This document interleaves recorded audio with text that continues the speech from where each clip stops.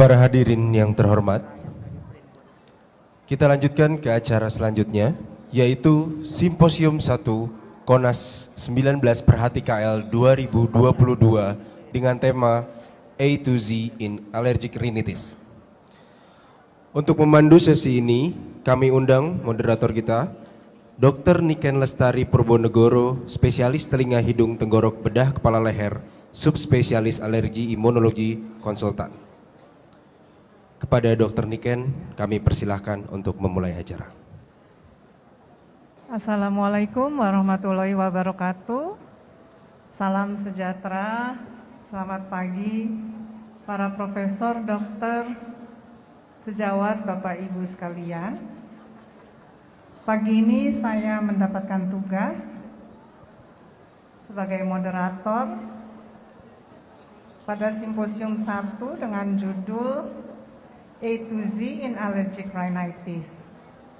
Dan pada sesi ini kita akan sama-sama mengikuti penyampaian materi dari 4 orang sejawat yang merupakan konsultan di bidang alergi imunologi.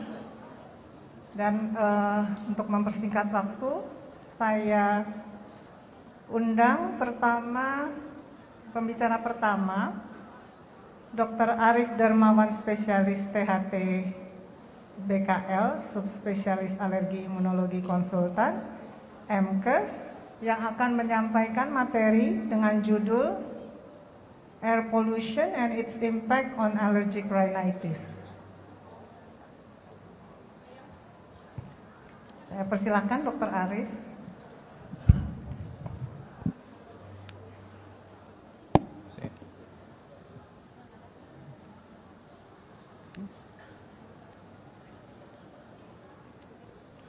Baik, Assalamualaikum warahmatullahi wabarakatuh.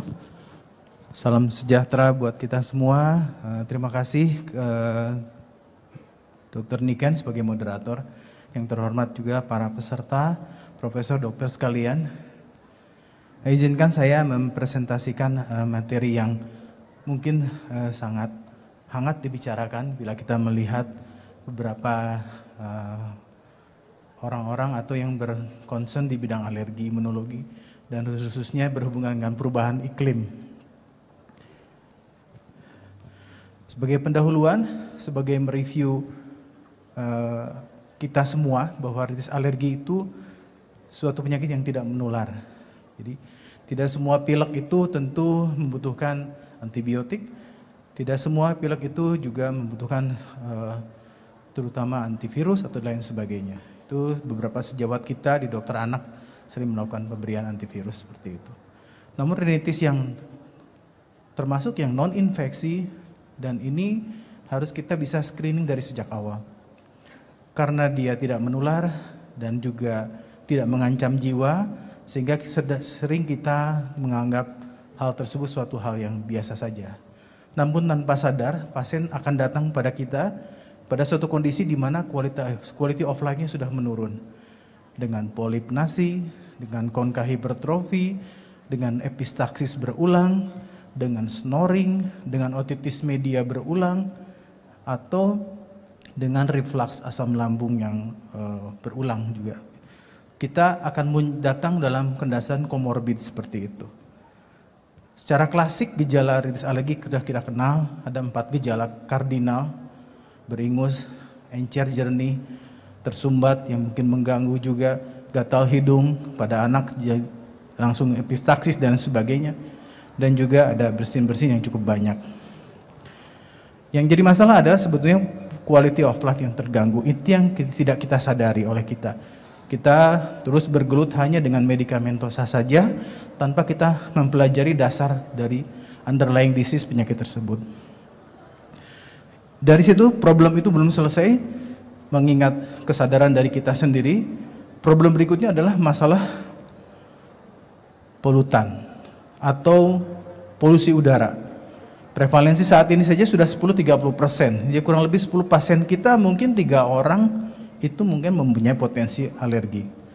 Seiring perjalanan waktu, insiden ini saya yakini akan makin meningkat dengan gaya hidup kita yang serba protektif, Tidak seperti dulu mungkin ya kita masih bisa bermain, berinteraksi di sawah ataupun di kebun. Kalau anak-anak sekarang saya kira turun dari mobil ke sekolah steril, naik mobil, jadi tidak pernah terpapar sistem imunnya secara terlatih begitu, sehingga pada saat dia sakit akan selalu berat.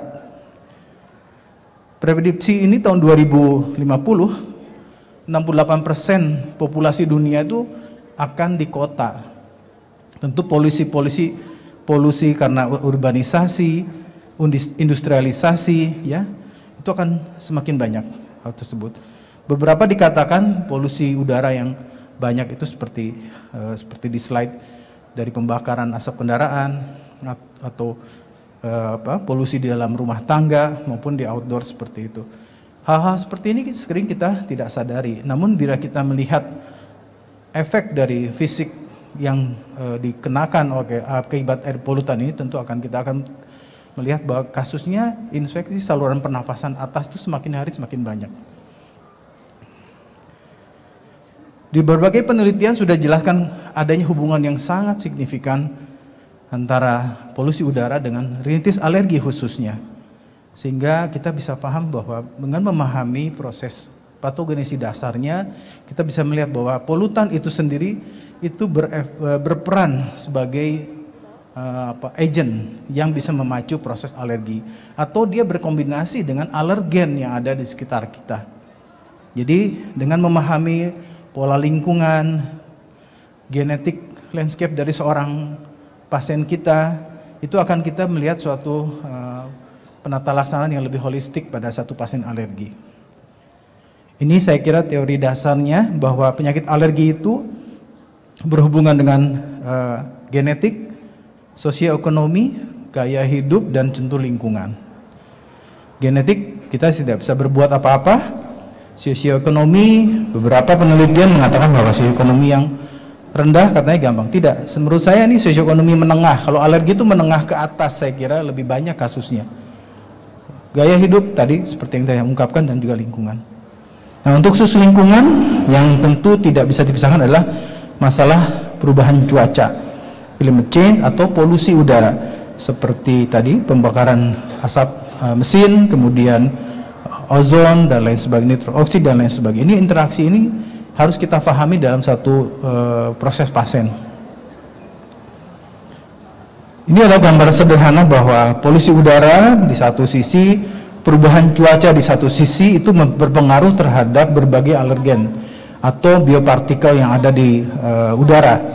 Tentu ini akan memberikan proses-proses perubahan baik dari sisi enzimatik maupun sisi metabolisme dari setiap protein itu sendiri.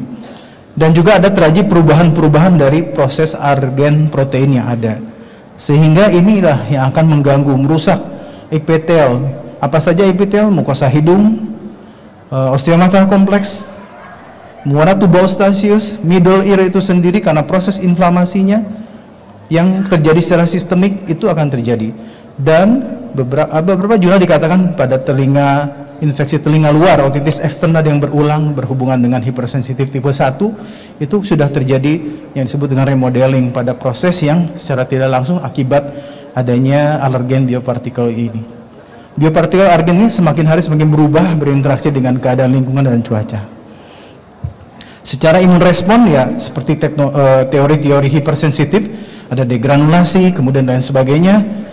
Pada orang yang sudah mengalami paparan lingkungan seperti ini, sudah tidak perlu lagi adanya alergen.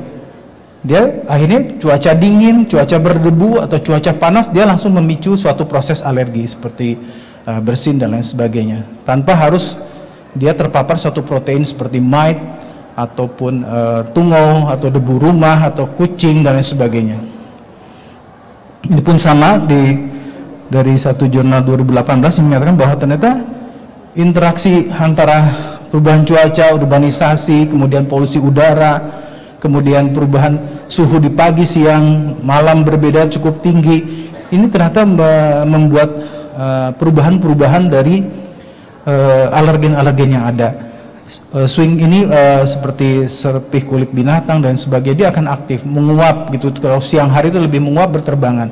Pada saat hujan dia mungkin tertiup hujan, dia sementara ini menetap begitu, tidak terbang. Tapi pada saat itu terjadi perubahan seperti ini adalah faktor-faktor lingkungan harus kita perhatikan. Ternyata dalam proses perjalanannya, hal tersebut juga ternyata memacu yang disebut dengan, mungkin sudah kita kenal, ada reaktif oksigen, nitroksigen, suatu metabolisme yang memang sangat, bila berlebihan juga kurang baik untuk tubuh kita. Ternyata ini terjadi modifikasi protein dengan terbentuknya ROS dan nitrogen spesifik ini. Dan ini ada yang masih reversible dan irreversible. Tentu ini akan mengganggu, kita tahu ROS ini baik di intrasel maupun di permukaan sel atau di metabolisme dari suatu jaringan epitel. Yang paling banyak populer dan dibahas adalah mengenai pembakaran asap kendaraan. Ternyata kalau kita lihat secara biomolekuler, memang ternyata mempermudah infeksi virus. Seperti pandemi seperti ini, tentu orang yang merokok, orang yang berkendaraan terbuka itu lebih mudah terpapar, sehingga infeksi virus lebih mudah terjadi pada orang-orang yang memang terpapar oleh diesel ini ya, ke kendaraan terbakar. Proses metabolismenya sepertinya sama, terjadi inflamasi, dan ROS ini menyebabkan di intrasel terjadi perubahan-perubahan yang memang akhirnya menyebabkan simptom gejala-gejala hidung yang tadi.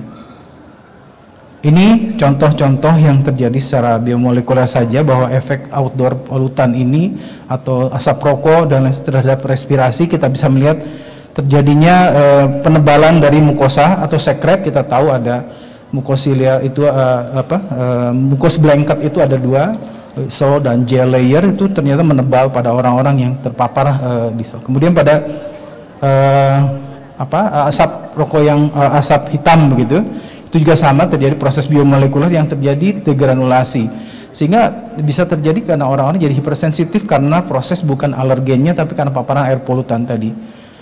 Merokok itu sendiri sebetulnya hidung kita tahu bahwa ada simbiosis atau suatu komposisi bakteri yang normal, komensal yang ada pada orang-orang perokok ini terjadi perubahan komposisi dari jumlah bakteri, sehingga pada orang perokok ini itu akan lebih keseimbangan dari bakteri akan terganggu, dan juga sekret pun akan, silia pun akan lumpuh dan menyebabkan berbagai permasalahan, mulai dari proses ekstravasasi vaskuler, kemudian inflamasi di dalam konka inferiornya menjadi konka hipertrofi, kemudian osteometal kompleks menjadi udem, menjadi sikatrik, sehingga tertutup, menjadi proses rhinosinusitis dan lain sebagainya.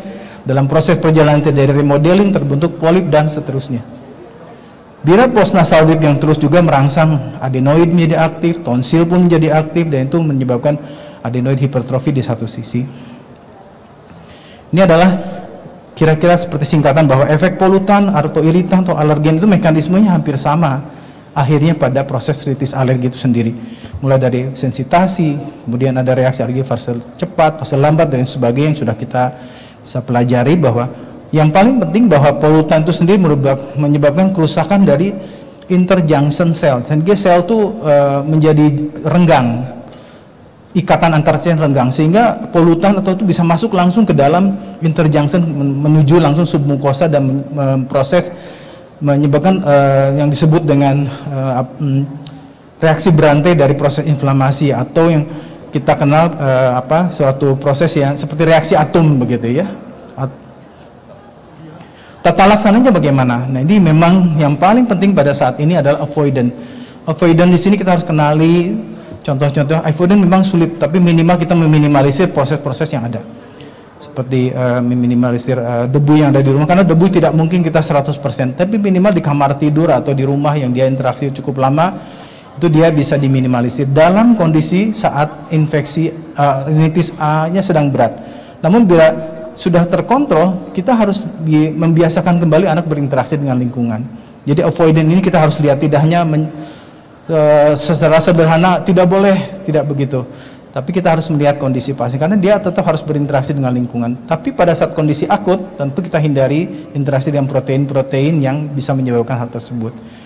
Beberapa di negara maju yang 4 musim, kita ini negara 2 musim, sehingga pola pendekatan avoidance-nya tentu agak berbeda dengan avoidance pada negara-negara 4 musim. Di kita mungkin sepanjang hari musimnya, musim penghujan, musim kemarau sudah tidak jelas sekarang, sehingga hal tersebut menyebabkan tidak ada avoidance yang sifatnya dibagi menjadi per 3 bulan atau per musim. Kalau negara 4 musim, di kita mungkin sepanjang hari kita pada avoidance ini kita melihat kasus-kasus, tentu perlu dilakukan penelitian bersama bagaimana sih avoidance yang cocok di kita untuk Indonesia. Tata laksana saya kira kita terpaku pada suatu guideline dari ARIA, namun tetap bahwa pengobatan rinitis alergi sangat precision, sangat individual. Satu orang dengan orang yang lain tidak bisa dilakukan secara pendekatan bersama. Tentu berbeda satu dengan yang lainnya. Precision medicine ini sangat penting dan melibatkan keluarganya, dan kita harus mengenal mulai dari lingkungan, tempat kerja, dan tentu pola genetik yang ada. Sehingga pasien bisa memahami dan bisa melihat bahwa alergi sendiri harus bisa dikendalikan oleh individu tersebut dengan bantuan kita sebagai seorang dokter dan juga keluarga. Kemudian ada juga suplemen-suplemen yang kita bisa berikan. Kemudian tentu yang paling penting ini lingkungan. Tentu tidak mudah karena ini melibatkan juga sektor lain, tidak hanya kita, tapi dinas perhubungan, dinas kesehatan, ataupun dinas sosial dan lain, dan lingkungan dari pemerintah daerah dalam hal penghijauan dan juga pembangunan yang memang sangat mengedepankan tentang environment atau energi hijau dan lain sebagainya. Itu tentu kompleks sekali. Tata laksana yang itu tadi avoidance, kemudian oral steroid itu dikatakan sebagai versatile treatment, kemudian obat-obat yang lain seperti kongestan, steroid nasal, antihistamin, leukotriene reseptor, dan ini tentu disesuaikan dengan kondisi dan derajat dari kelainan rinitis alerginya. Sebagai highlight, mungkin saya menggarisbawahi bahwa polutan tidak bisa kita anggap suatu hal yang tidak punya efek. Kita harus aware terhadap proses-proses yang terjadi, lingkungan terus berubah, perubahan iklim yang berubah, tentu perubahan cuaca berubah, tentu proses alergen protein yang ada itu pun akan menyebabkan efek terhadap badan kita dengan berbagai multi komorbid yang ada. Itu saja, terima kasih. Assalamualaikum warahmatullahi wabarakatuh. Terima kasih Dr. Arief atas pemaparannya, bahwa memang polusi udara saat ini merupakan masalah kesehatan buat kita ya. Jadi kalau memang tidak bisa dimulai secara luas, mungkin paling tidak dimulai dari diri kita sendiri. Berikutnya saya panggil pembicara kedua, Dr. Amirah Trini Raihana, spesialis THT-BKL, subspesialis alergi imunologi konsultan, yang akan menyampaikan materi dengan judul Allergic Rhinitis and Stress.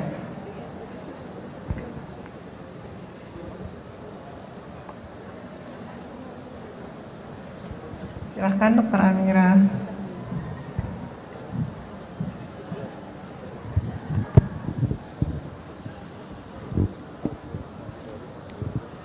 Terima kasih pada Dr. Niken atas kesempatan yang diberikan kepada saya. Mohon izin Prof dan dokter sekalian, kali ini saya akan membawakan materi mengenai rinitis, alergi, dan stres. Iya, materi saya kali ini dengan judul rinitis, alergi, dan stres, atau lebih tepatnya mungkin depresi ya. Slide.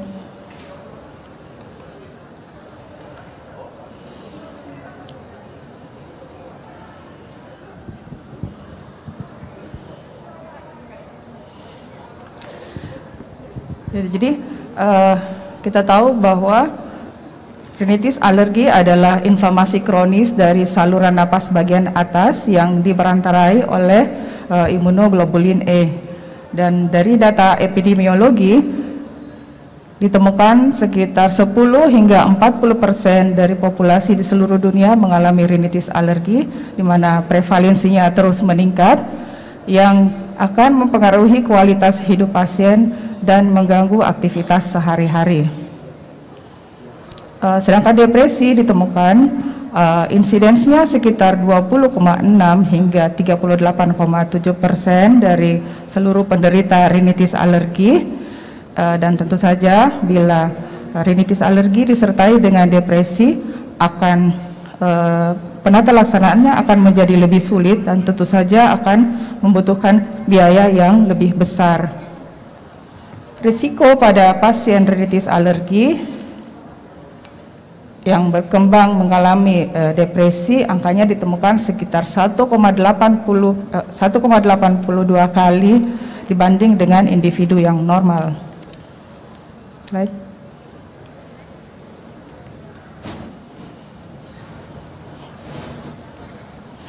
Ya, mungkin ini sekedar review saja beberapa manifestasi klinis dari rinitis alergi, antara lain adalah bersin-bersin, gatal pada hidung, kemudian rinure, obstruksi nasi, bernafas lewat mulut akibat dari obstruksi nasi, kemudian gangguan tidur pada malam hari, dan bila proses alergi sudah berlangsung lama, bisa ditemukan fasies alergi terutama pada penderita anak-anak, dan juga ada gangguan malformasi dari gigi atau bentuk rahang. Yang lain bisa ditemukan tanda alergi adalah karena kebiasaan menggosok hidung yang gatal akan timbul line crease pada hidung, dan juga dapat ditemukan mata merah ataupun gatal pada tenggorokan. Slide. Ya, jadi patofisiologi atau patogenesis dari gangguan psikologis pada penderita rinitis alergi yang awalnya terjadi proses inflamasi di hidung akibat adanya alergen, dan kemudian disertai dengan beberapa manifestasi klinis seperti yang disebutkan tadi, gatal di hidung, mata merah, batuk, sakit kepala, hingga gangguan pendengaran.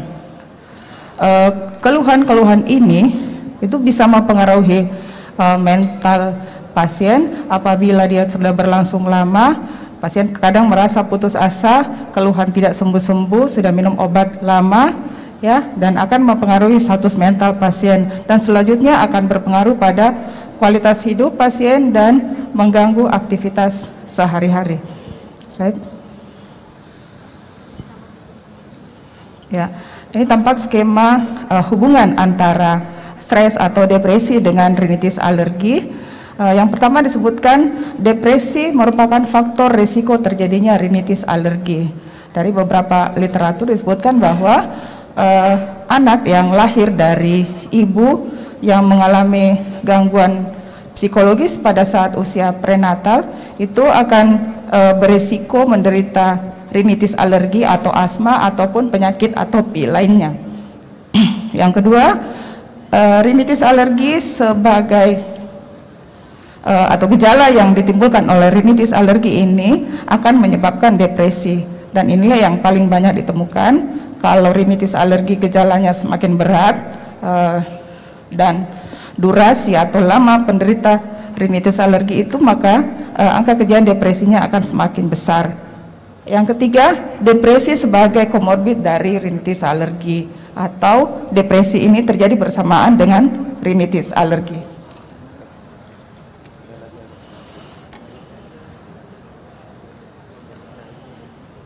Jadi klasifikasi stres atau pada rinitis alergi berdasarkan patogenesisnya ditemukan ada 4, jadi berdasarkan gejalanya, berdasarkan pengobatan, kemudian berdasarkan genetik, dan dari inflamasi imun. Slide. Yang terkait dengan gejala, gejala inilah yang paling banyak menyebabkan atau merupakan penyebab secara langsung depresi pada penderita rinitis alergi. Jadi beratnya gejala, lamanya gejala, dan adanya komorbid itu akan mempengaruhi status mental penderita yang berlanjut menjadi iritabilitas, mood yang rendah, kesedihan, dan akhirnya pasien mengalami depresi. Risiko depresi ini ditemukan sebesar 2,7 kali lebih tinggi pada penderita dengan rinitis alergi berat dibanding dengan penderita rinitis alergi ringan.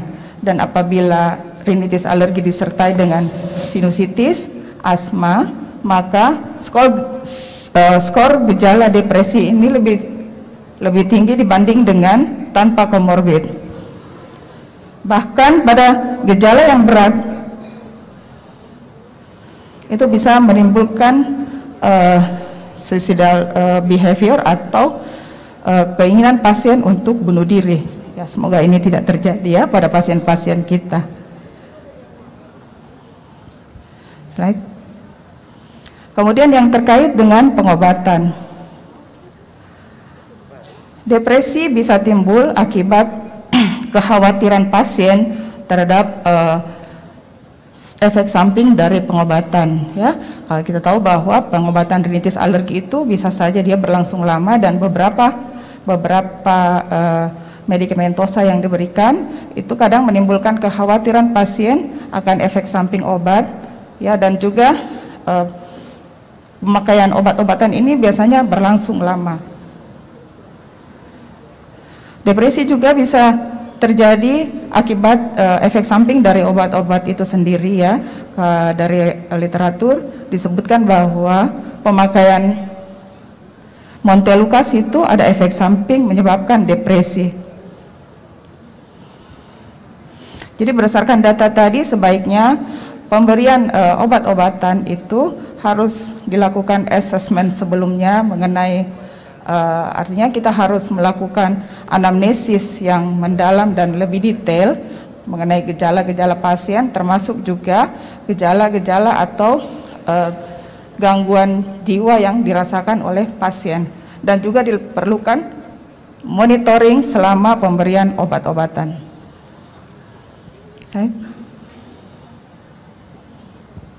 Selanjutnya yang terkait dengan genetik. Genetik juga ini berperan, ada pengaruh antara rinitis alergi dan depresi, ya, yang sudah disebutkan tadi bahwa ada resiko terjadinya rinitis alergi dari ibu yang pada saat kehamilan itu mengalami depresi, dan nanti anak yang dilahirkan itu akan mengalami resiko terjadi rinitis alergi atau asma ataupun penyakit-penyakit atopi lainnya. Namun hal ini tentu saja masih memerlukan penelitian lebih lanjut. Selanjutnya dihubungkan dengan inflamasi, ya. Jadi signal inflamasi itu masuk melalui ke nervous system saraf pusat melalui jalur neural, jalur seluler, jalur humoral, dan menyebabkan neuroinflamasi, stres oksidatif, dan gangguan neurotransmitter pada otak yang berlanjut menjadi depresi. Right?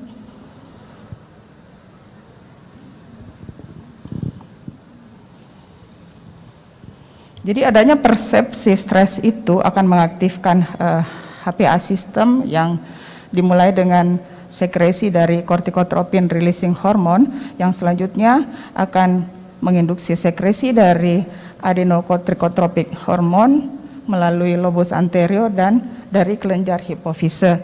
Selanjutnya ACTH akan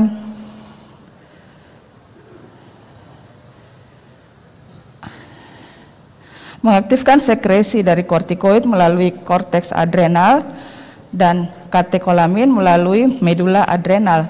Katekolamin dan kortikoid menekan produksi dari interleukin 12 melalui antigen presenting cell yang merupakan T helper 1 primer. Kortikoid juga dapat memicu secara langsung efek dari sel T helper 2, selanjutnya meningkatkan produksi dari interleukin 4, interleukin 10, dan interleukin 12. Jadi hasil akhirnya respon dari sel mediated T helper 2 yang akan memicu inflamasi alergi pada individu yang rentan. Right. Ya, kita lihat di sini bahwa kortikotropin releasing hormone ini meningkatkan jumlah triptase dan meningkatkan jumlah mast cell dan juga meningkatkan presentasi dari mast cell yang mengalami degranulasi. Kita lihat pada gambar perbandingan antara mast cell yang kontrol dengan pada saat terjadi pengeluaran kortikotropin releasing hormone. Right.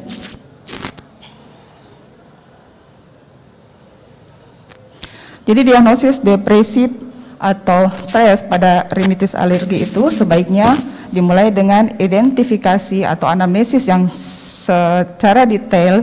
Kita cari adakah tanda-tanda atau gejala depresi pada pasien sebelum kita memberikan atau memulai pengobatan. Kadang-kadang manifestasi klinis dari gejala rinitis alergi itu muncul bersamaan dengan gejala depresi pada pasien.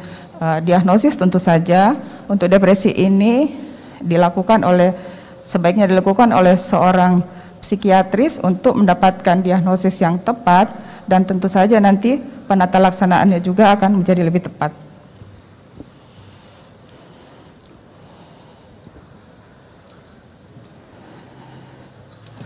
Diagnosis depresi dapat kita lakukan berdasarkan ICD-10 dengan klasifikasi kriterianya paling tidak dalam 2 minggu terjadi penurunan mood, anhedonia, atau pasien sudah tidak berminat lagi untuk melakukan hobi yang disukai, kemudian pengurangan energi, berkurangnya konsentrasi, gangguan tidur, gangguan nafsu makan, gangguan atau pasien merasa tidak percaya diri, merasa tidak nyaman, kemudian terjadi retardasi psikomotor atau agitasi, dan bahkan terjadi gangguan libido.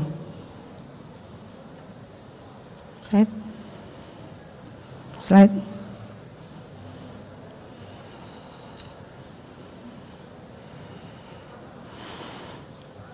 Jadi ada beberapa tingkatan dari episode depresif. Yang pertama yang ringan, terdapat 4 gejala yang meliputi paling kurang 2 gejala dan ada gejala yang paling menonjol dan pasien tidak bisa melakukan aktivitas sehari-hari. Kemudian yang moderat itu terdapat 5 atau 6 gejala yang termasuk di situ 2 gejala yang paling menonjol dan pasien juga tidak bisa melakukan atau sulit melakukan aktivitas sehari-hari. Kemudian untuk yang berat, paling tidak ada 7 gejala yang berat, termasuk di dalamnya 3 gejala yang paling menonjol dan pasien juga sulit melakukan aktivitas sehari-hari.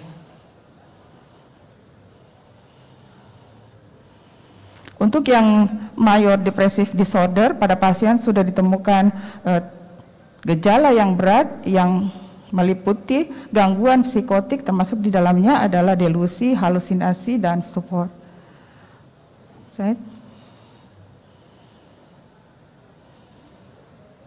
Nah, ini untuk gangguan yang berulang juga dibagi menjadi ringan, ringan, sedang, dan moderat, dan berat yang disertai dengan gambaran gangguan psikotik. Slide. Ya, jadi selain gangguan atau gejala depresi tadi, tentu saja untuk penata laksanaan rinitis alergi ini kita juga harus mengetahui kualitas hidup pada pasien, ya seperti yang sudah dijelaskan oleh pembicara sebelumnya yang membahas mengenai kualitas hidup penderita. Ini adalah salah satu contoh saja bagaimana kita menanyakan kondisi pasien untuk mengetahui kualitas hidupnya.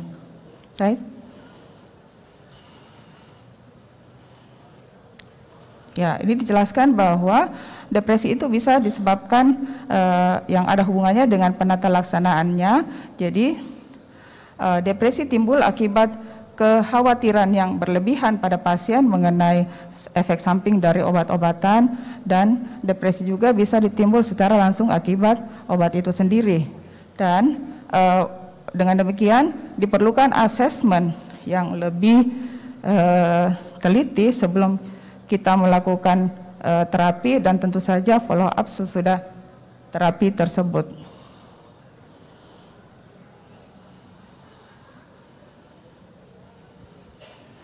Untuk intervensi depresi pada rinitis alergi, dan tentu saja tetap kita berpegang pada guideline yang dikeluarkan oleh Area WHO mengenai penanganan rinitis alergi sesuai dengan kriteria diagnosis dan berat ringannya gejala.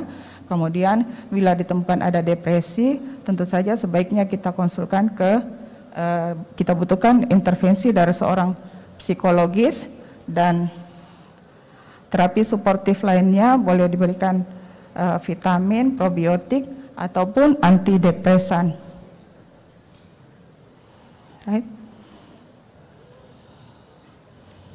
Ya, jadi sebagai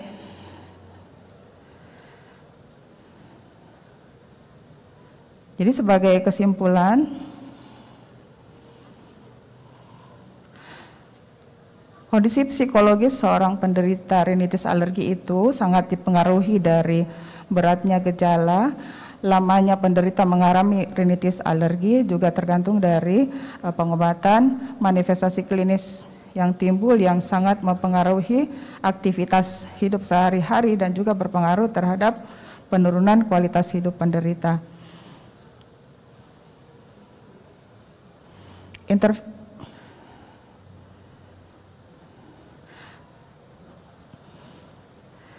Intervensi untuk penata laksanaan apabila ditemukan depresi, tentu saja diperlukan screening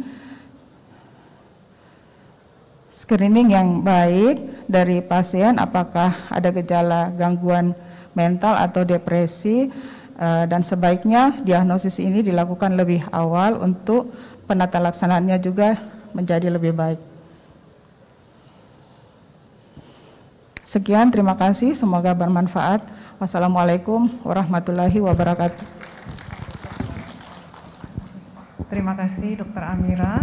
Jadi tadi mungkin suatu isu baru ya buat kita bahwa ternyata selain depresi itu bisa menjadi risk factor untuk rinitis alergi, tapi itu juga bisa menjadi kondisi sekunder akibat rinitis alergi. Selanjutnya kita panggil pembicara ketiga yang akan menyampaikan tentang materi yang akhir-akhir ini memang lagi sering dibicarakan di bidang alergi imunologi, merupakan bisa dikatakan satu fenotipe dari rinitis alergi. Dr. Melati Sudiro, spesialis THT BKL, subspesialis alergi imunologi konsultan, MKes, akan menyampaikan materi dengan judul Update on Local Allergic Rhinitis. Silahkan Dr. Melati.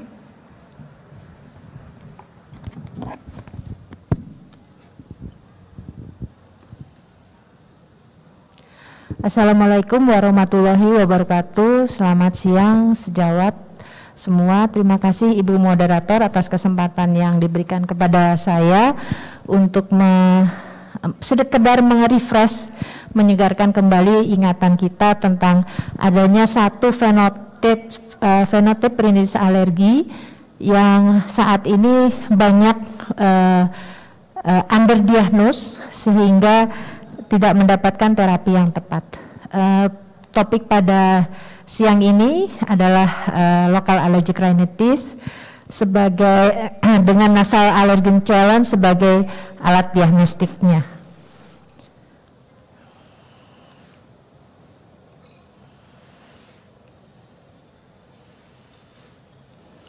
Slide bisa dibantu.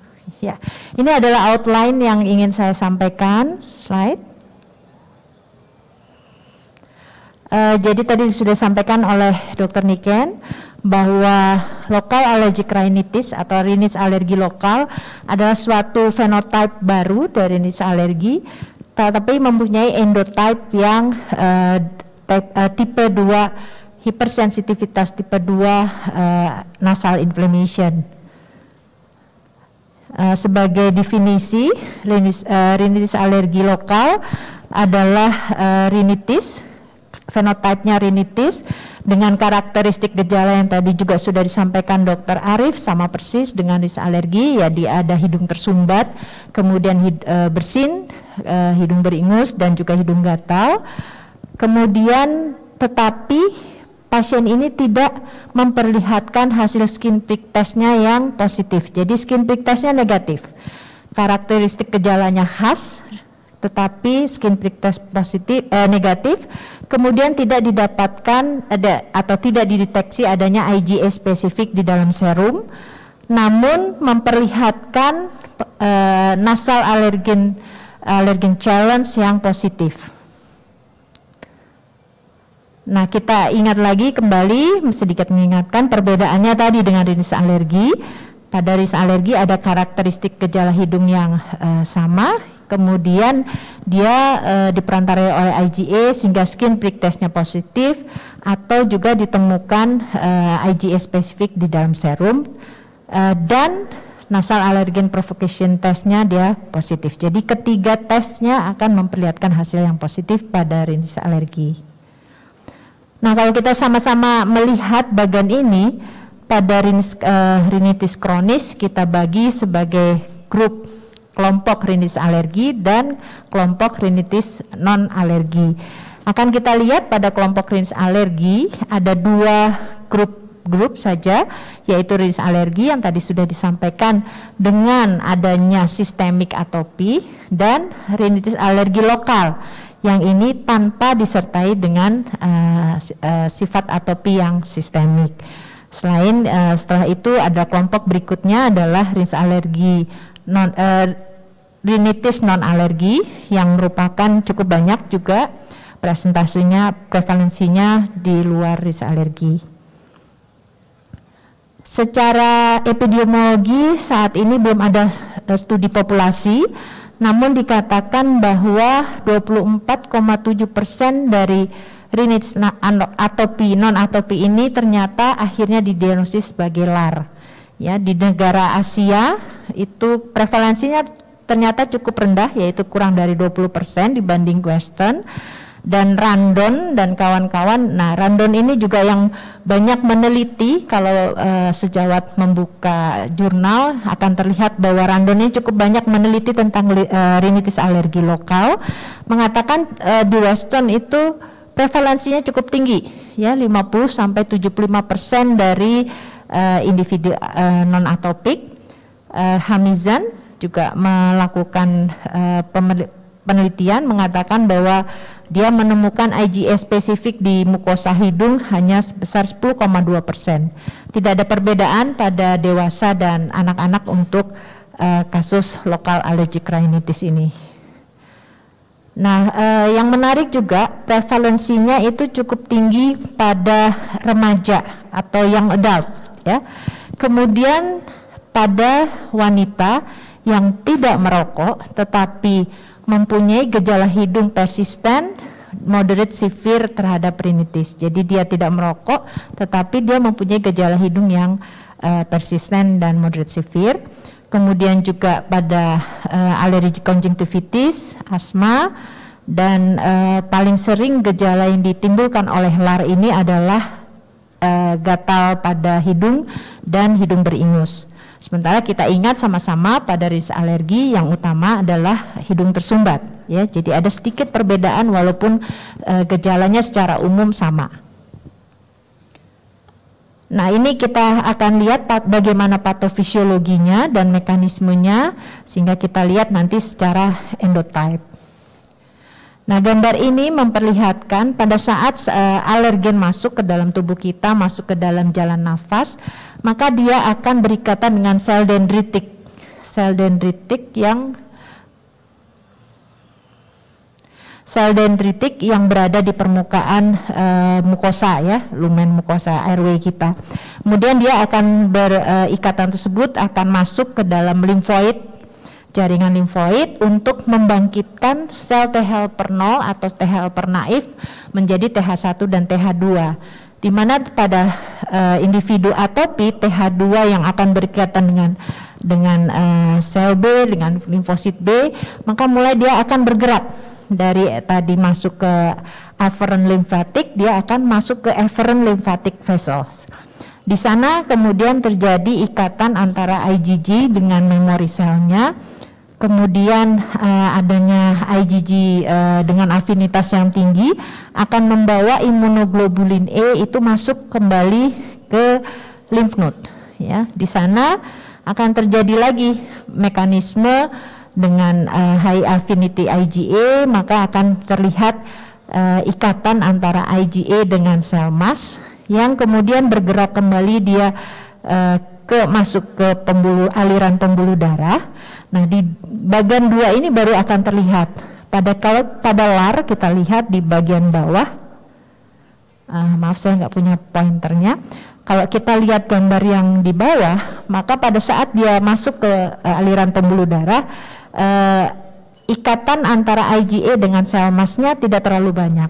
Kemudian setelah dia makin bergerak ke arah permukaan, ke arah kulit, maka tidak ditemukan IgA di kulit, demikian juga pada respiratory secretion, sehingga itu yang menyebabkan pada LAR kita tidak mendapatkan hasil skin prick test positif. Demikian juga pada IgA spesifik yang kita periksa melalui pembuluh darah, melalui serum. Itu sebabnya yang terjadi adalah terjadinya desaturasi dari F epsilon Ri, sehingga tidak terjadi tidak terdapat IgA yang berlebihan yang dapat berikatan dengan sel masnya. Nah, bagaimana natural evolution dan comorbidity-nya? Jadi LAR ini bila berkembang selama masa anak-anak dan dia persisten selama masa dewasa, maka biasanya sudah berhubungan dengan comorbid. Komorbid yang paling sering adalah konjungtivitis dan asma, di mana Randon juga, kembali Randon lagi, dia melakukan berbagai penelitian, salah satunya melakukan studi epidemiologi selama 10 tahun, mengatakan ada perburukan gejala pada individu yang mengalami gejala rinitis alergi lokal yang mulai dari usia anak-anak yang terus bertahan sampai usia dewasa dengan angka adalah 18,8% sampai 42%. Kemudian juga Randon ini mengatakan bahwa akan terjadi gangguan quality of life yang juga meningkat. Kemudian juga LAR ini tidak boleh dianggap sebagai penyakit yang ringan-ringan saja gitu. Jadi harus kita lakukan terapi yang betul. Nah, kalau kita ingat konsep United Airway, maka pada rinitis alergi maupun pada asma akan terlihat hubungannya. Demikian juga pada local allergic rhinitis. Ternyata bila terjadi local allergic rhinitis, pada saat kita melakukan, tadi saya sampaikan bahwa nasal allergen challenge-nya biasanya positif, pada pasien yang juga LAR dan juga dia menderita asma, akan kita temukan adanya bronchial allergen challenge yang positif. Jadi mirip dengan rinitis alergi dengan komorbid asma. Nah, ini juga jurnal ini mengatakan bahwa gejala klinik atau profil dari penyakit antara LAR dan antara rinitis alergi lokal dan rinitis alergi itulah sama ya. Jadi kita memang agak sulit untuk membedakannya secara klinis, sehingga itu memang membutuhkan kemampuan kita atau challenge kita untuk mengetahui lebih jauh tentang penyakit ini. Nah, kalau dalam jurnal juga dikatakan gejalanya sama ya, ada hidung gatal, kemudian ada bersin, ada hidung beringus, kemudian ada mukus, ada nasal congestion. Tetapi kalau dilihat di tabel ini, pada LAR utamanya adalah rhinore dan nasal itching ya. Jadi dia lebih dominan dua gejala itu. Nah, ini adalah bagaimana kita melakukan diagnostic approach supaya bisa membedakan rinitis kronis ini termasuk yang mana. Kalau kita lihat sama-sama rinitis kronis, kita kenal bila ada dua gejala khas lebih dari 1 jam per hari dan lebih dari 12 minggu per tahun, itu disebut rinitis kronis. Kemudian kita lakukan nasal examination, pemeriksaan hidung, baik itu rinoskopi anterior maupun endoskopi, nasoendoskopi. Kemudian kita gabungkan dengan anamnesis kita tadi yang mempunyai karakteristik gejala yang khas untuk gejala hidungnya, maka kita lakukan skin prick test pada pasien ini. Kemudian kita lihat kalau hasilnya positif, kemudian gejalanya sesuai, maka kita yakin ini adalah rinitis alergi. Tetapi kalau kita hasil skin prick testnya positif, kemudian gejalanya tidak terlalu khas, kita boleh lakukan nasal allergen challenge. Bila dia positif, maka mungkin yang kita kenal baru adalah mix rinitis alergi atau dual allergic rhinitis ya. Nah, ini juga challenge kita lagi nih, challenge kita di bidang alergi imunologi untuk mengenali ini. Kemudian tadi kalau kita lihat skin prick testnya negatif tetapi gejala klinisnya sangat dominan dan kita yakin ini mirip sekali dengan rinitis alergi, maka kita lakukan nasal allergen challenge ya dengan menggunakan spesifik alergen dominan yang tadi sudah disampaikan Prof. Pongsakon. Rata-rata di Asia itu adalah mite dan kecoa. Mungkin salah satunya bisa kita gunakan untuk pemeriksaan nasal allergen challenge. Kalau dia positif, kita yakin itu lokal allergic rhinitis, tetapi kalau negatif artinya mungkin ini adalah rinitis alergi, rinitis non alergi.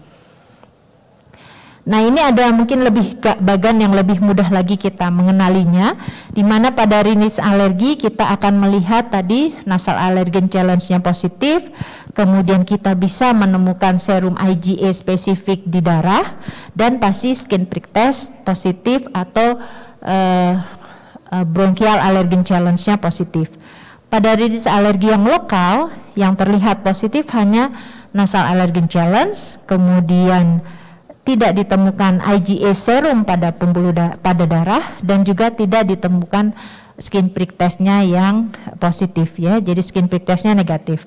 Pada rinitis alergi, rinitis non alergi kesemuanya negatif. Jadi tidak kita dapatkan hasil yang dari pemeriksaan penunjang. Nah, menariknya dari nasal allergen challenge ini, di negara kita belum ada produk yang siap ready to use ya, ready to wear ya.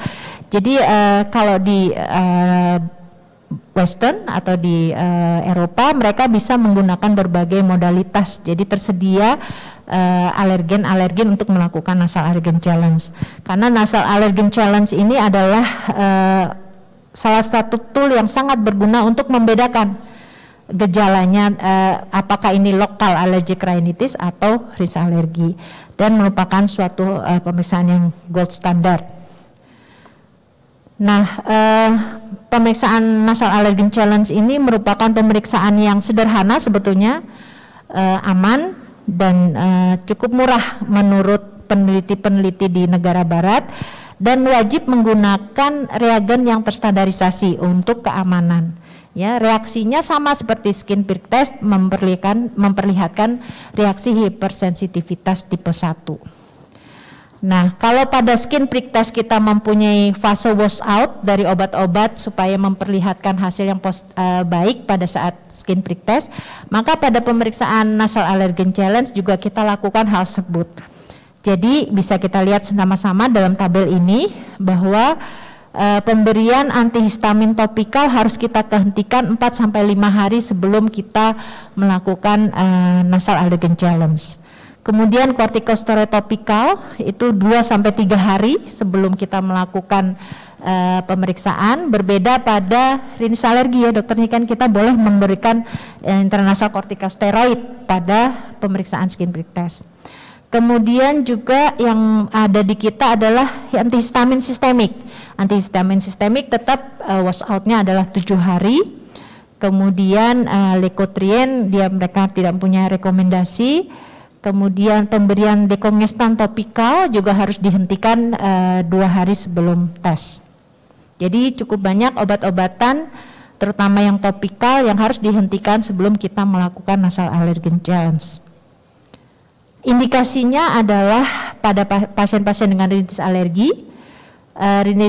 alergi lokal dan juga rinitis okupasi. Kemudian juga pada pasien-pasien dengan ocular symptom. Nah, ini adalah kontraindikasinya, ada absolut ya, absolut jelas kalau dia sudah pernah ada riwayat pernah reaksi anafilaktik. Misalnya pada saat pernah di skin prick test ternyata reaksi anafilaktik. Kemudian juga pada kondisi sedang dalam kondisi inflamasi akut, ada komorbid berat, ya komorbid berat sehingga pasien ini menggunakan berbagai macam obat-obatan yang menjadi kontraindikasi untuk pemeriksaan kita. Kemudian ada penyakit sistemik yang berat, sedang menjalani imunoterapi, dan kehamilan. Itu merupakan kontraindikasi absolut.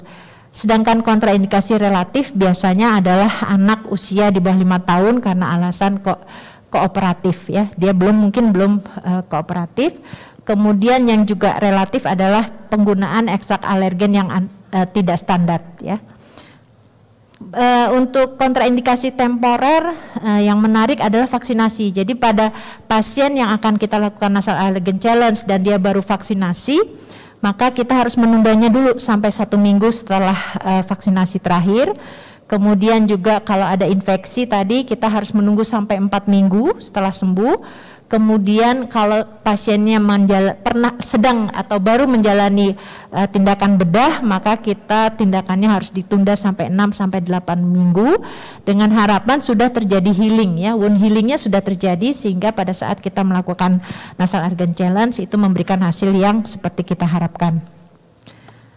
Nah, tekniknya sebaiknya memang dikerjakan pagi hari, kemudian kita harus menghindari bahan-bahan iritan ya. Jadi biasanya nanti di slide berikutnya akan kita lihat pasien akan ditempatkan di suatu ruangan tertentu, kemudian dia harus bisa beradaptasi dengan ruangan tersebut dan ruangan periksanya tidak boleh terkontaminasi oleh substance yang lain selain yang akan kita lakukan pemeriksaan. Jadi mohon maaf kalau ini kecil. Ini adalah langkah-langkah yang akan dilakukan pada pemeriksaan nasal allergen challenge. Jadi pasien diharapkan sudah berada dalam ruangan pemeriksaan kita 15 menit, berdiam diri atau dia sendirian dalam ruangan itu untuk membuat tubuhnya dan sistem imunnya beradaptasi dengan lingkungan itu. Kemudian kita ukur, mohon maaf waktunya 2 menit. Ya, kita ukur baseline dari nasal allergen reagennya, alergennya. Kemudian baru kita kasih spray atau tablet atau dish di dalam hidungnya. Kemudian kita tunggu lagi 10 menit ya, kita kontrol lagi. Kalau dia memberikan hasil positif kita stop, tapi kalau dia negatif kita boleh teruskan dengan memberikan semprotan yang kedua. Ya, ini juga kita tunggu 10 menit untuk melihat reaksi, dan yang diukur adalah fast-nya. Ya, jadi fast biasanya kita mengukur gejala klinik hidung dengan fast, kita hitung itu. Nah, ini adalah gambar dari aplikasi dari nasal allergen challenge. Kita bisa menggunakan spray, menggunakan drops ya atau powder atau dish yang seperti gambar ini, ditaruh dishnya di konka inferior. Nah, ini adalah penyemprotan bila kita menggunakan alergen atau ekstraknya menggunakan spray. Dan data yang bisa kita ambil dari pemeriksaan ini adalah total nasal symptom sebagai alat ukurnya. Kemudian kalau kita ingin biological yang kita ukur, kita bisa mengukur sitokain yang kita perlukan. Kemudian juga bisa mengukur mikrobiom kalau yang lebih canggih lagi. Jadi dengan nasal allergen challenge ini banyak data yang bisa kita kumpulkan. Nah, bagaimana terapinya? Ternyata terapi rinse alergi, dual rinse alergi dan rinse alergi lokal semuanya memberikan hasil yang baik pada pemberian intranasal kortikosteroid dengan atau tanpa disertai pemberian antihistamin. Sebagai take home message, maka kita perlu menggali lebih jauh dan memberikan tata laksana yang baik pada rinse alergi lokal. Ya. Kemudian juga ini adalah suatu fenotip yang independen, dan LAR ini juga selalu diikuti dengan tadi kita sama-sama tahu adalah nasal allergen challenge-nya positif serta memberikan respons yang baik pada terapi dengan nasal kortikosteroid dan antihistamin. Sekian, semoga bermanfaat. Terima kasih. Terima kasih Dr. Melati. Jadi ini suatu fenotipe yang ternyata cukup sering ya, mencapai 50% tadi prevalensinya. Apabila para peserta ada pertanyaan mungkin bisa diajukan nanti setelah pembicara yang terakhir ini. Saya undang Dr. Evi Huriati, spesialis THT BKL, subspesialis alergi imunologi konsultan, konsultan fix. dengan materi yang disampaikan adalah mengenai konsep United Airway Disease. Silahkan Dr. Evi.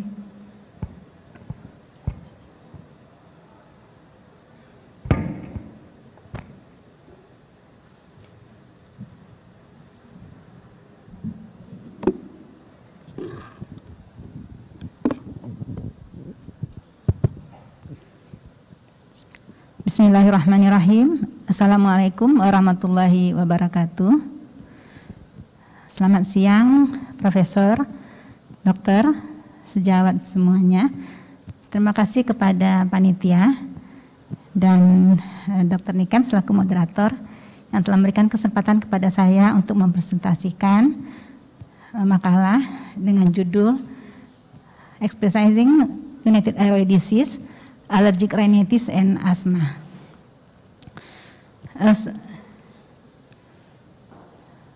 Sebagaimana kita ketahui, penyakit alergi itu merupakan penyakit yang manifestasinya bisa ke berbagai organ di dalam tubuh. Merupakan penyakit atopi herediter yang bisa mengenai saluran nafas atas, saluran nafas bawah, bisa mengenai kulit, sehingga ada rhinitis alergi, asma bronchial, ada urtikaria, rhinitis alergi makanan, dermatitis atopi, dan konjungtivitis alergi. Seseorang yang terlahir dengan atopi, artinya herediter, dia sangat berisiko untuk mengalami atopic match, perjalanan penyakit alergi yang bermulai pada awal perjalanan hidupnya dengan suatu dermatitis atopi. Seperti biring susu ya, itu suatu alergi pada bayi yang baru lahir. Kemudian dengan bertambah usia, jika terpapar terus dengan alergen, akan terjadi alergi terhadap makanan dan kemudian diikuti oleh alergi dan asma bronchial. Saluran nafas atas dan bawah merupakan satu kesatuan yang tak terpisahkan sebenarnya. Namun kenyataannya dalam praktek sehari-hari kadang terlupakan.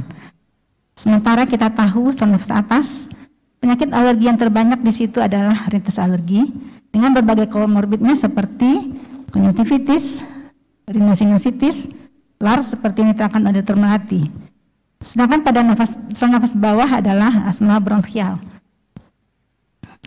Jadi bisa saja seseorang itu akan mengalami gejala yang bersamaan antara rhinitis alerginya dan asma bronchial.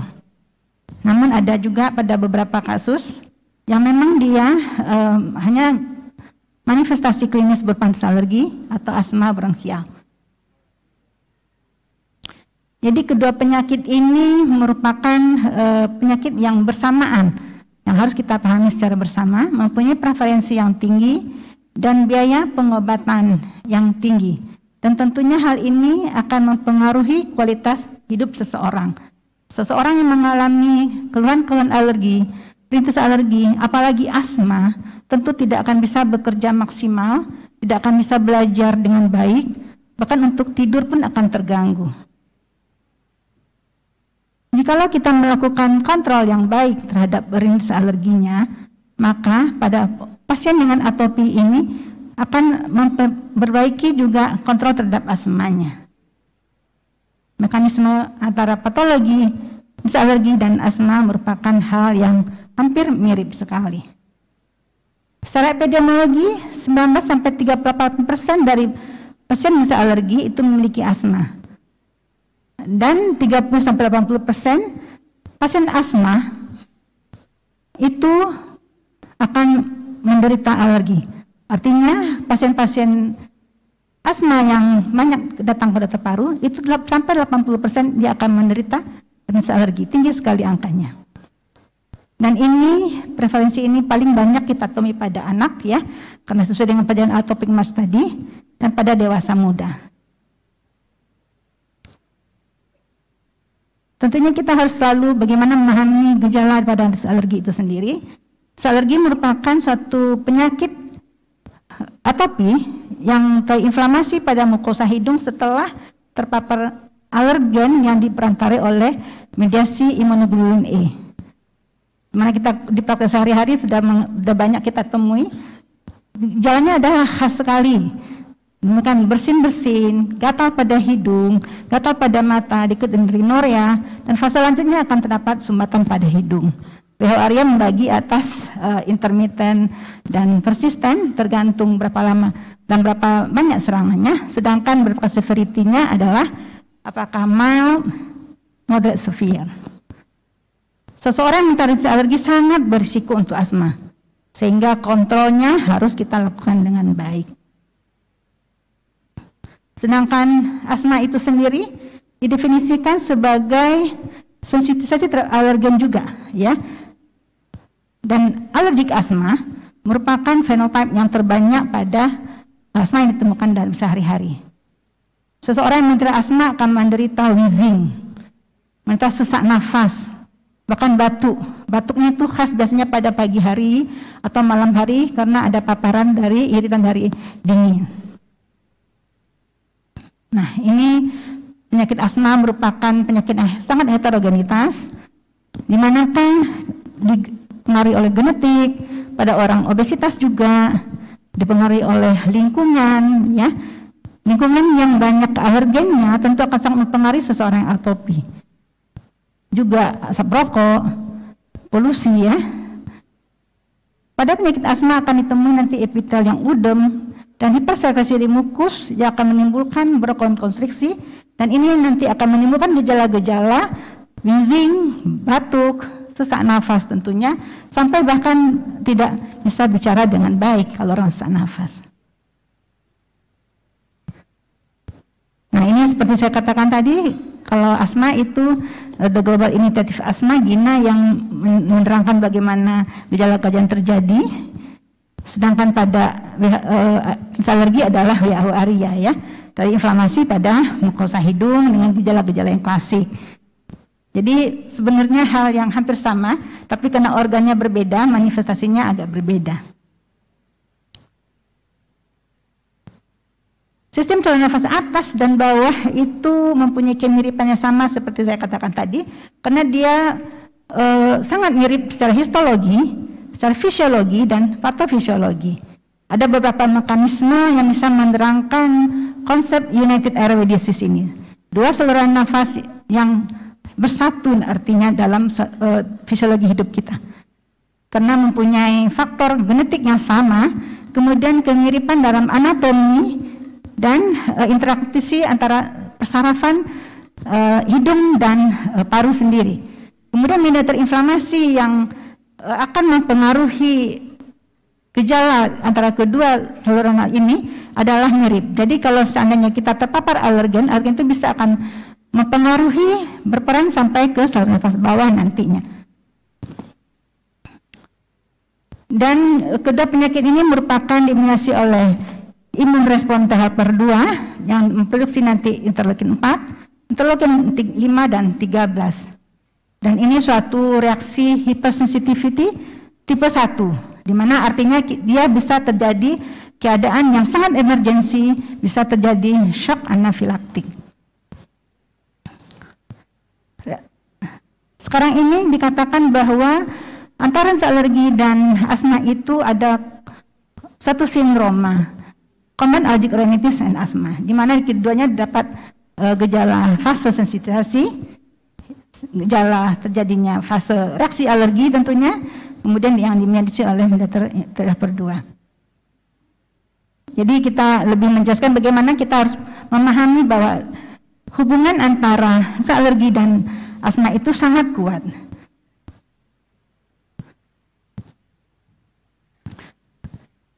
Penyakit ini selain terjadi paparan alergen yang melalui hidung, bisa juga terjadi efek yang sistemik tentunya.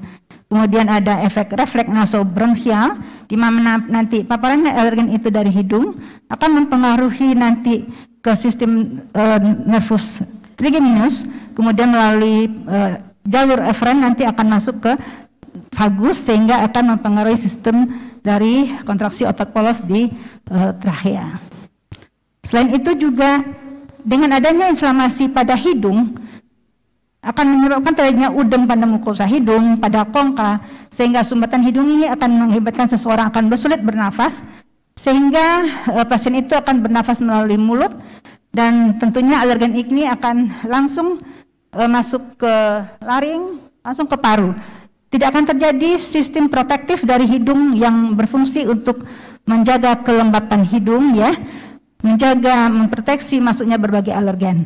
Nah, itulah yang akibatnya seseorang yang mengalami alergi sangat berisiko untuk terjadinya asma. Kalaulah yang memang terjadi itu postnasal drip dan turun ke bawah, nah itu juga sangat berisiko untuk terjadinya pelepasan dari meter inflamasi ke saluran nafas bawah. Nah, ini yang saya ceritakan tadi, bahwa hidung itu berfungsi sebagai protektif untuk menghambat berbagai alergen, antigen, ya, viral, virus, bakterial untuk turun ke bawah. Kalaulah terjadi sumbatan pada hidung, tentunya akan sangat mengganggu fungsi proteksi hidung tadi untuk suatu perlindungan, sehingga berbagai alergen atau bakteri tadi langsung melalui mulut, oral breathing, ya, sehingga akan terjadi inhalasi langsung ke paru. Selain itu mekanisme tahap kedua tadi bisa langsung juga melalui efek dari mediator inflamasi.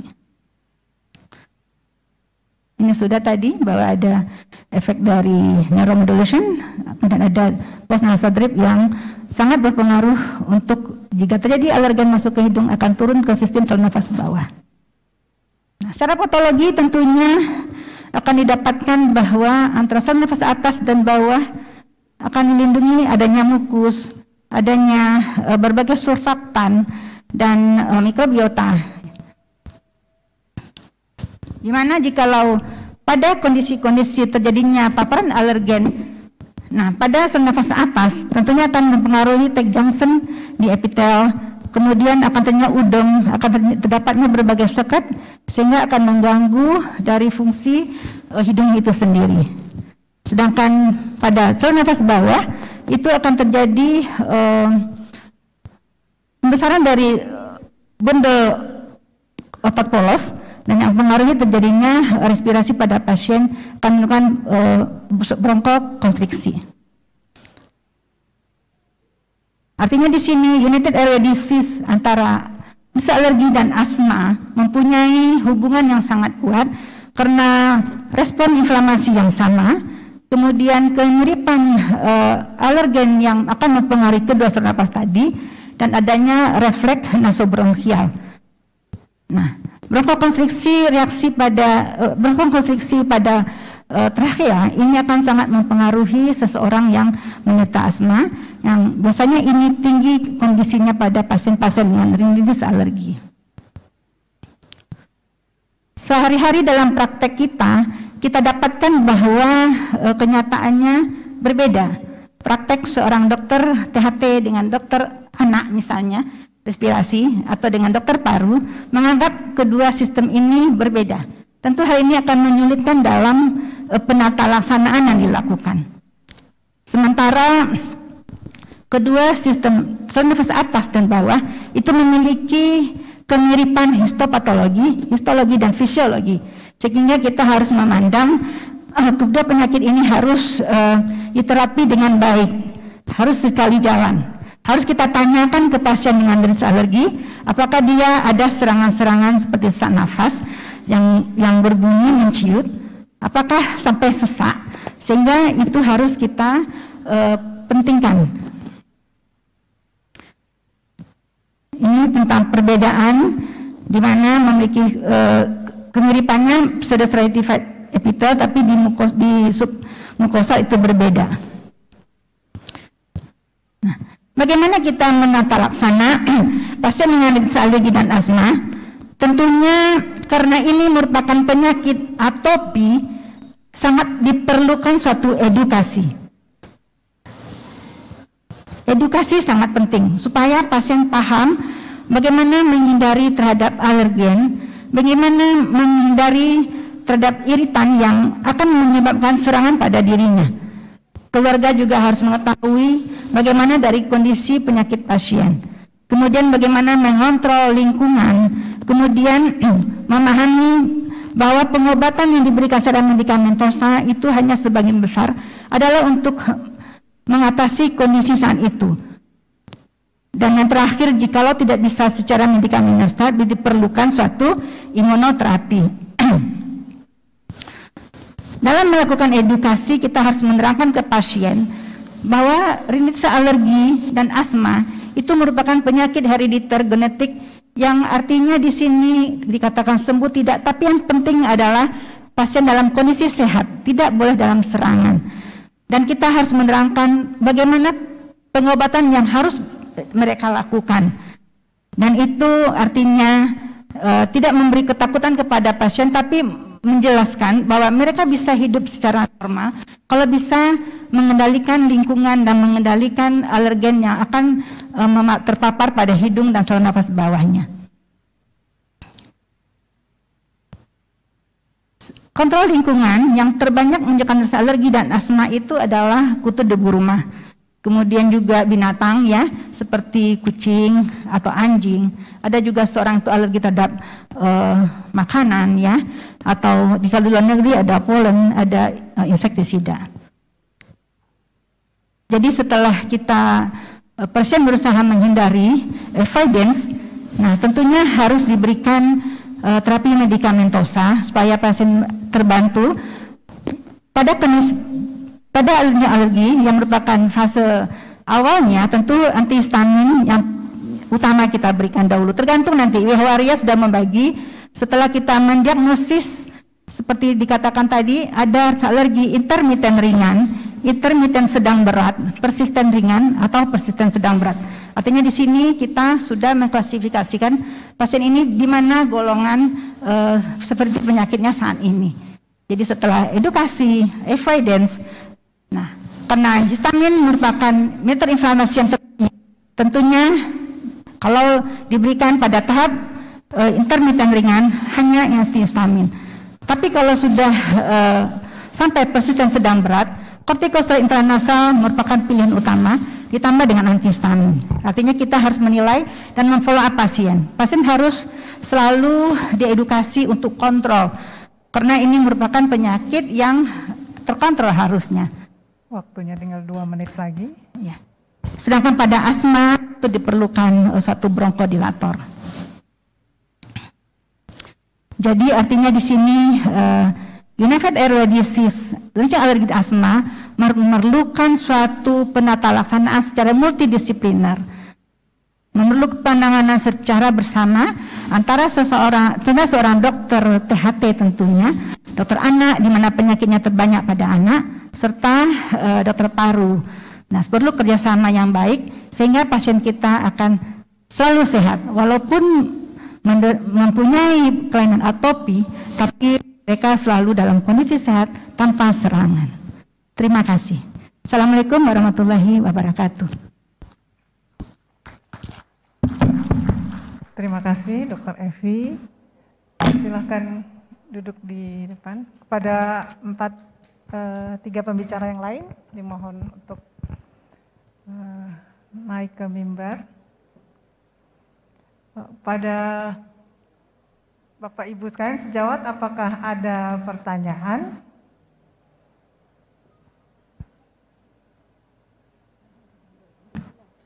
Ya, silahkan, Dok.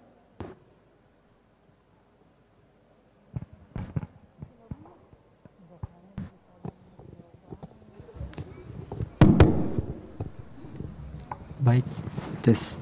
Baik. Assalamualaikum warahmatullahi wabarakatuh. Selamat siang. Terima kasih Dok atas pemaparannya dan waktu yang diberikan kepada saya. Saya izin bertanya untuk Dr. Arif. Tadi mungkin saya belum paham Dokter. Mohon dijelaskan ulang Dokter masalah mekanisme air polutan sampai menimbulkan rinitis alergi. Apakah masuk juga responnya terhadap hipersensitivitas tipe 1 atau masuk lewat jalur yang lain Dok? Yang kedua untuk Dokter Melati terkait dengan LAR tadi ya Dok ya. Saya beberapa kali memang sedang banyak search soal ini Dok. Ada juga artikel yang menyatakan bahwa ini sebuah spontaneous response atau reaction saja. Karena dengan hasil penelitian yang dilakukan oleh mereka, orang normal pun kalau di nasal challenge test pasti nanti hasilnya positif gitu. Jadi mereka berkesimpulan bahwa ini sebetulnya suatu respon spontanius saja. Kalau terpaparkan dengan alergen pasti nanti hasilnya akan positif juga nasal challenge-nya. Jangankan yang alergi, yang normal saja keluar gitu, apalagi yang ada respon alergi. Terus tadi juga saya tertarik dengan oral antihistamin, Dok. Kalau ini suatu lokal alergi dengan intranasal kortikosteroid mungkin bisa lebih baik. Tapi kenapa dengan oral antihistamin juga membaik? Katanya lokal bukan sistemik. Harusnya mungkin dengan intranasal antihistamin mungkin lebih baik, Dok. Tapi ini kan hasilnya dengan oral antihistamin ya, Dok ya. Yang itu kan juga sirkulasinya juga ke sistemik. Kemudian saya juga masih belum yakin, Dok. Mungkin karena saya juga nggak sampai ilmunya tentang bagaimana mungkin IgE yang sudah sampai di potnya, sudah sampai di limfonodnya, itu kok nggak bersirkulasi ya? Kok sirkulasinya hanya ke nasal saja?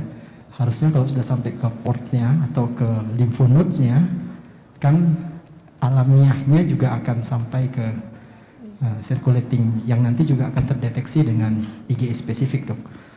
Itu pikiran saya, Dok. Tapi mau nanti dikoreksi apakah analogi saya keliru atau menyimpang. Kemudian untuk Dokter Evi tadi, Dok, soal LAR juga hubungannya dengan asma. Apakah ada hubungannya ya, Dok ya? Kalau tadi konsepnya adalah unified airway, apakah ada hubungan juga LAR dengan asma? Itu, Dok. Kalau konsepnya tadi sama-sama epitel dan respon imunnya sama, gitu. Mungkin itu saja, Dok, dari saya pertanyaannya. Terima kasih. Dengan dokter siapa? Saya Dokter Rangga, Dok. Dokter Rangga, iya. Pada Dokter Arif, Dokter Melati, dan Dokter Evi ya. Baik, mohon izin moderator. Terima kasih Dokter Rangga untuk pertanyaannya.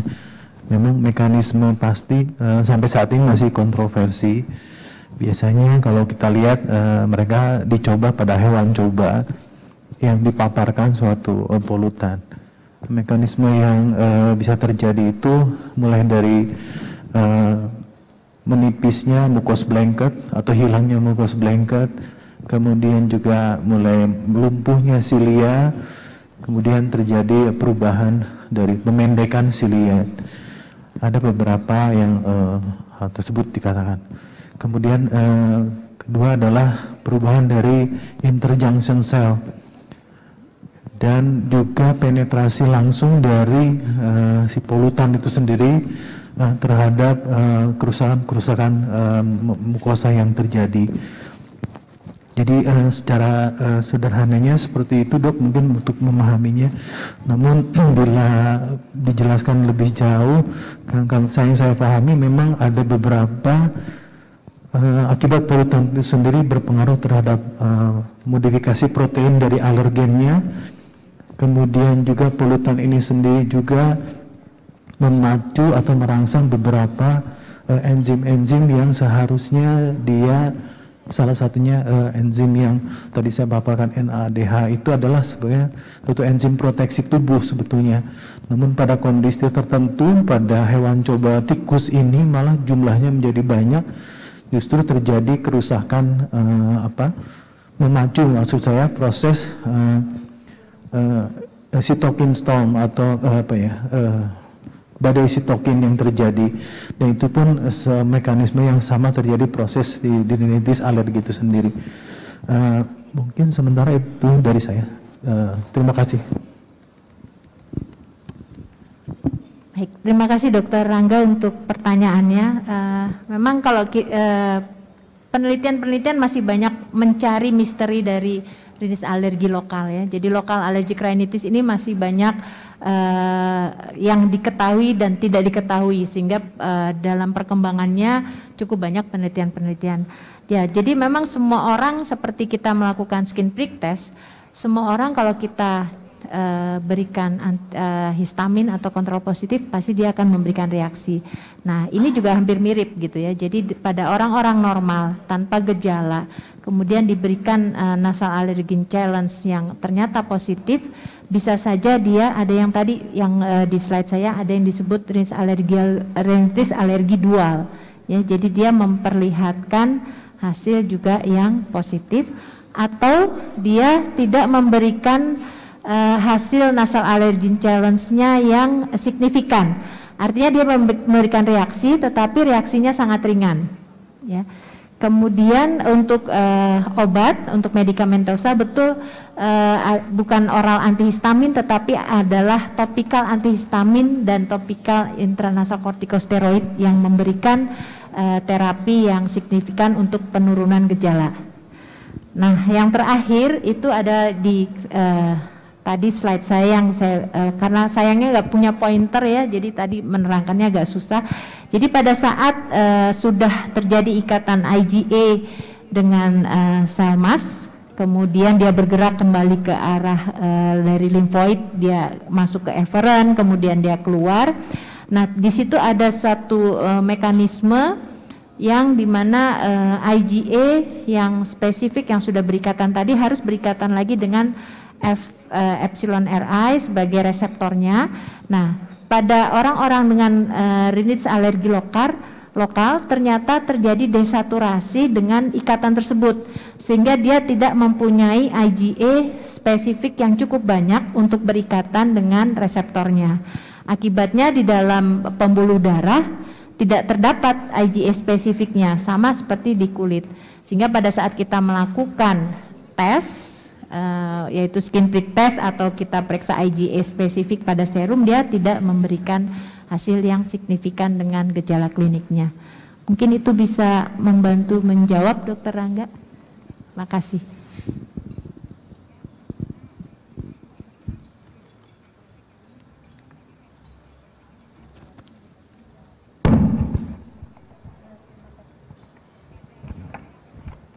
Terima kasih Dr. Angga.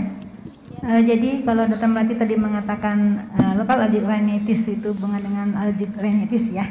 Nah, kalau ke asma artinya di sini memang pada lokal allergic rhinitis kan tidak dimensi IgE. Namun meter inflamasinya kan tetap ada ya, tetap ada. Artinya pada pasien dengan alergi itu meter inflamasinya yang kuat, kemudian pada asma juga demikian. Itu kemiripannya.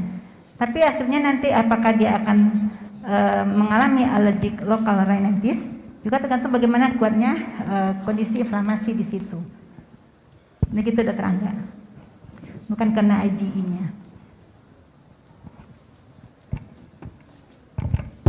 Ya, saya rasa mungkin sudah cukup Dr. Angga, dan juga mengingat waktu yang sudah terbatas, maka saya cukupkan untuk diskusi pada siang ini dengan simpulan dari simposium ini bahwa memang bidang alergi imunologi ini masih terus berkembang, masih banyak yang diteliti, dan ternyata pengaruh lingkungan itu baik itu lingkungan yang dari luar seperti tadi polusi udara, kemudian dari dalam diri pasien sendiri depresi, dan juga phenotyping dari rinitis alergi ini masih terus berkembang. Jadi dan ini merupakan mungkin apabila kita mungkin dapat mengetahui mungkin dasar-dasarnya, maka akan mendapatkan terapi yang optimal. Saya rasa demikian acara simposium 1 pada siang ini. Terima kasih atas perhatian sejawat Bapak Ibu sekalian. Wassalamualaikum warahmatullahi wabarakatuh.